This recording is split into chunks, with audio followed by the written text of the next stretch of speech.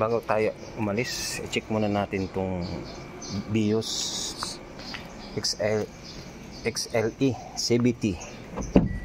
Bago tayo umalis ng bumiyahe, kailangan check muna natin yung engine para safe tayo.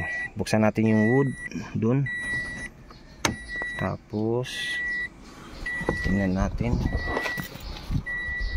2024 model pala to, mga GAR, mga idol. Kapitin lang natin dito.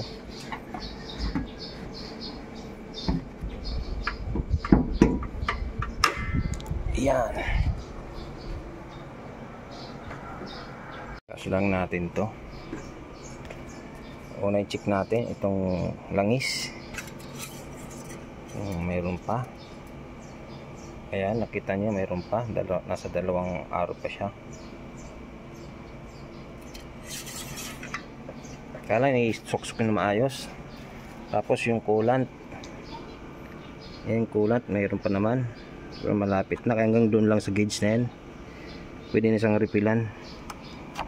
Ayan, buksan nyo rin tong radiator. Ayan, okay pa, laman.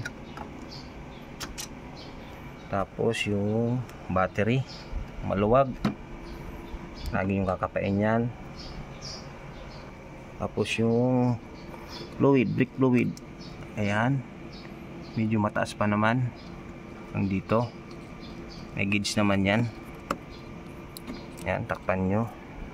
Tapos itong air filter, buksan nyo lang yan.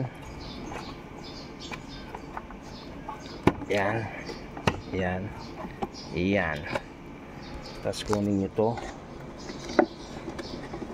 Yan, laking tulong yan. Pagpak nyo lang, ano nyo lang, ganun nyo lang. Pwede nyo anayin para matanggal lang yung dumi nya. Yan, importante din yan para maganda yung takbo ng sakyan. Ano nyo, ibalik nyo na, madali lang na maibalik yan.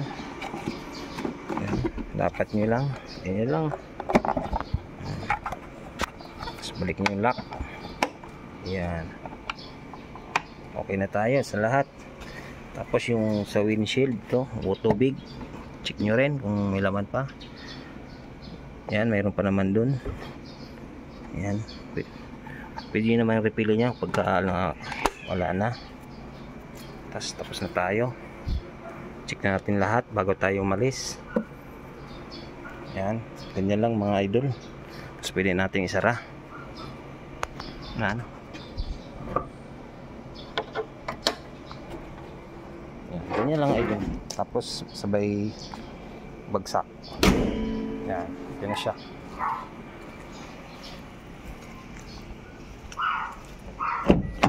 Yan, na-check na natin lahat.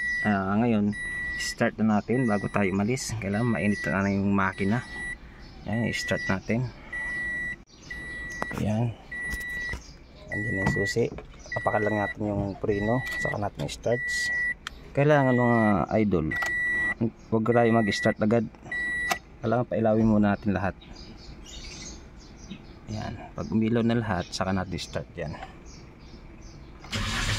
Yan, click yan mga idol. Yun lang.